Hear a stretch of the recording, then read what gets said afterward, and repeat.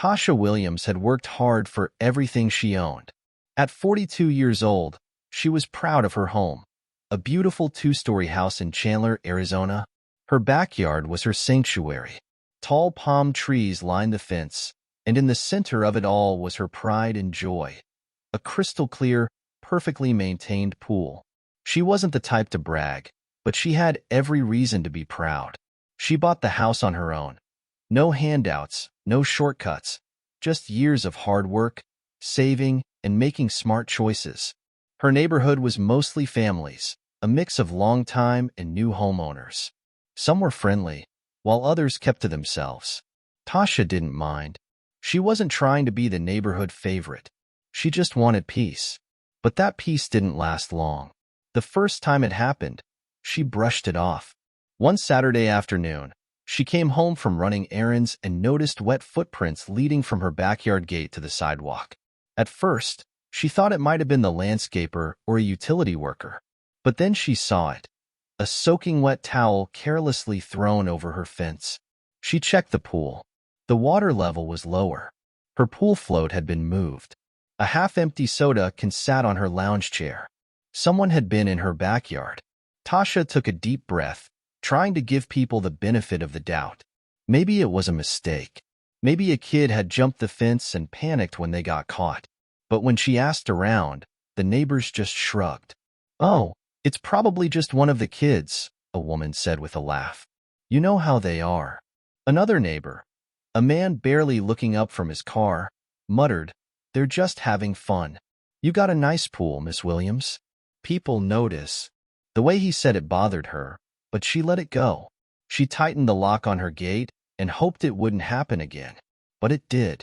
A week later, she was sitting in her living room when she heard splashing. At first, she thought she had left the pool filter running. Then, she heard laughter. She walked to the back door and peeked outside. There, in her pool, was a teenage boy swimming like he owned the place. A girl, probably his sister, sat at the edge with her feet in the water. Tasha flung the door open. "Excuse me?" The kids froze. The boy scrambled out of the pool like a fish caught on a hook. I thought," he stammered. "We didn't think you'd mind." "You didn't think to ask?" Tasha snapped. "Who even are you?" The girl mumbled something about living 2 houses down before they bolted out the gate. Tasha stood there, gripping a dripping towel, her heart pounding. She wanted to let it go. But then came the excuses. The next day, she confronted the kids' parents, expecting an apology. Instead, she got an argument. "Oh, come on," the mother scoffed. "They're just kids. It's hot. What's the big deal?" Tasha stared at her, stunned. "The big deal," she said slowly, "is that this is my property, my home, my pool, and I don't remember handing out invitations." The father crossed his arms. "You're being dramatic." Dramatic. That word. The one people loved to use when they weren't the ones being disrespected. Tasha bit back the words she really wanted to say. Instead, she installed security cameras. Maybe that would send a message. But it didn't. At first, the cameras seemed to work. No more footprints. No more wet towels. No more uninvited swimmers. Tasha thought, maybe, just maybe, she had made her point. But then, on a scorching Saturday afternoon, she pulled into her driveway and noticed something off. Her side gate, the one she always kept locked, was slightly open. A bad feeling crept up her spine. She walked around back and froze. Her yard was packed with people, not just kids, grown adults. Lounge chairs were taken. Beer bottles littered the ground. Someone had even set up a folding table with snacks. And her pool? Full. A couple of women waded waist-deep, chatting like they belonged there. A man leaned against the pool's edge, grinning as he sipped a drink. For a second, Tasha thought she had lost it. Was this real? Then, she locked eyes with one of her neighbors, Sandra, from 3 houses down. Sandra, who had never spoken to Tasha before, waved like this was a casual get-together. "Hey girl, hope you don't mind," she called out. "It was so hot today, we figured we'd cool off." Tasha's jaw clenched. "Mind? Oh, she minded. Her voice came out sharp and steady. Every single one of you, get out, now. Some people froze. Others exchanged looks like she was overreacting. Sandra scoffed. Oh, don't be like that. It's just a pool. You weren't even home. Tasha stepped forward, anger bubbling just beneath the surface. It's not just a pool. It's my pool. My house. My yard. You don't live here. You don't pay for this. So get out. All of you. Someone muttered. Geez, what's her problem? That did it. Tasha stormed to the pool equipment box, grabbed the remote, and shut off the pool filter. Then, she yanked the power cord to the speakers. Silence. I'm calling the police, she announced. That got them moving. Drinks were snatched, towels wrapped up, and in minutes, her yard emptied. Sandra, though, had the audacity to roll her eyes on the way out. You don't have to be so uptight, she muttered. Nobody was hurting anything. Tasha wanted to scream. Instead, she stood stone-faced, watching them shuffle out like nothing had happened. She slammed the gate shut, locked it, hands on her hips, fuming. But she knew one thing for sure. This wasn't over. They had zero respect for her. And if respect wouldn't stop them, something else would. Tasha had tried everything. Talking, reasoning, cameras, locks. None of it worked. So now, it was time to get creative. She sat at her kitchen table, staring at the security footage from earlier that day. The nerve of these people. The way they acted like they had every right to her home. She wasn't just angry anymore. She was done. And if they wanted to keep treating her pool like the neighborhood water park, she was about to make sure their next visit would be their last. First, Tasha made a trip to the hardware store. She picked up 2 heavy-duty locks, one for the side gate and one for the pool equipment box. The old ones were strong, but these were unbreakable. Next, she went online and ordered a special chemical treatment for her pool. Not chlorine, something stronger. It wasn't dangerous, just a harmless but highly effective trick used by public pools to catch rule breakers.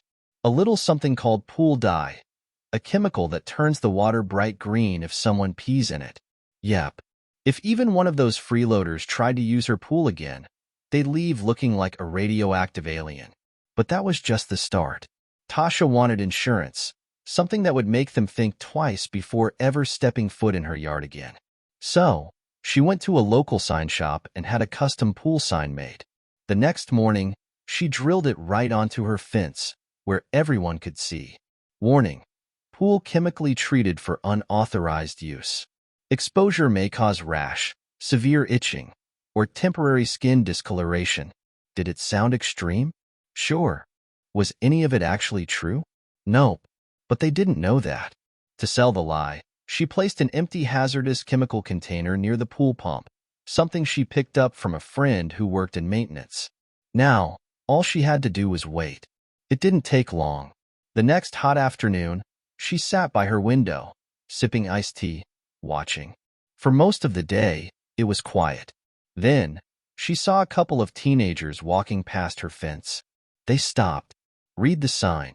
One of them whispered something and pointed at the chemical container. Within seconds, they turned right around and walked away. Tasha smirked. Later that night, Sandra, the same entitled neighbor from the last pool party, was out walking her dog when she spotted the sign. She squinted at it, then pulled out her phone and started typing. Tasha checked Facebook a few minutes later, and there it was. FYI, looks like Tasha put some kind of weird chemical in her pool. Says it causes rashes and skin issues.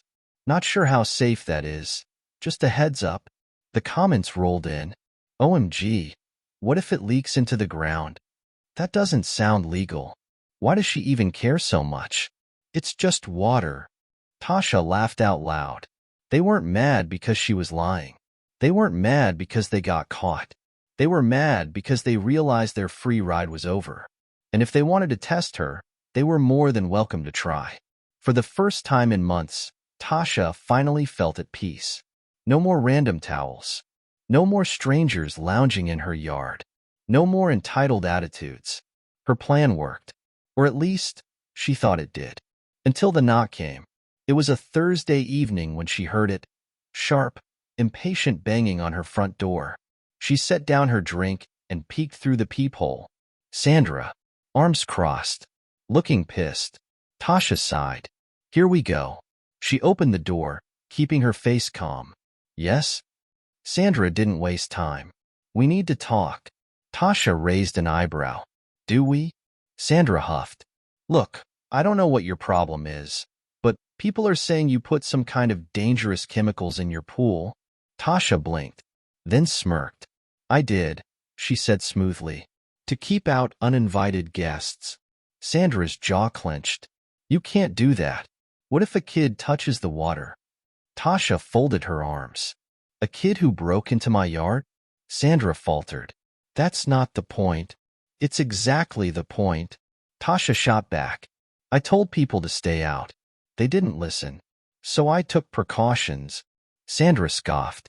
You're ridiculous. You don't even have kids. It's just sitting there going to waste. Tasha tilted her head. So, because I don't have kids, my pool is now for public use? Sandra rolled her eyes. Oh, come on. Don't act like. Tasha cut her off. No, you come on, Sandra. You and the rest of these people have some nerve. You don't pay for my water bill. You don't clean my pool. But you expect to just help yourselves? Sandra's face turned red. Well, if you weren't so unfriendly, maybe people would actually like you. Tasha laughed. A deep, genuine laugh. That's your problem, Sandra. You think being liked means letting people walk all over you. Sandra opened her mouth, closed it, then shook her head in frustration. You know what? Forget it. She turned on her heel. Enjoy being the mean neighbor. Tasha called after her. Enjoy using your own hose this summer. Sandra stomped off. Tasha shut the door, smiling to herself. They were mad, but they had finally gotten the message. And just to be sure, she doubled down. The next morning, she added one final touch, a motion-activated sprinkler system along the fence. If anyone tried to sneak in again, they'd get a nice, cold wake-up call. But the best part? She never even had to use it, because nobody tried again. The freeloading days were over. After months of frustration, Tasha had finally reclaimed her peace. Her pool? Hers again. Her backyard? Quiet. The entitlement? Gone. And the best part? She never even had to call the police, because that was never the goal. She wasn't trying to cause a scene or make enemies. She just wanted what was hers to be respected. But here's the thing. Some people don't respect boundaries unless they're forced to. Tasha had tried to be nice. She had given warnings. She had even asked politely, and they ignored her at every turn. But the second she flipped the script, they backed off. Because at the end of the day, people will take as much as you let them. It doesn't matter if it's your time, space, energy, or even your damn swimming pool. If you don't set boundaries, someone will walk all over you. So, was Tasha petty for what she did? Maybe. But was she wrong? Not even a little. And that, my friends, is how you take back what's yours. If you made it this far, thank you for watching. Seriously. Whether you're here for the story, the drama, or just to see some well-deserved karma, I appreciate every single one of you. But now, I have a question for you. Have you ever been in a situation where people disrespected your boundaries? Maybe it was a neighbor, a friend, or even family. How did you handle it? Drop your story in the comments. I want to hear your experience. And hey, if you love stories like this, real, raw, and satisfying, make sure to like this video, subscribe to the channel, and turn on notifications so you never miss another one. Because the truth is, standing up for yourself isn't always easy. Sometimes, people push. Sometimes, they take. But at the end of the day, the only person who can protect what's yours is you. So if you believe in setting boundaries, in knowing your worth, in taking back your power, hit that subscribe button. I'll see you in the next one. Stay strong, stay smart, and never let anyone walk all over you.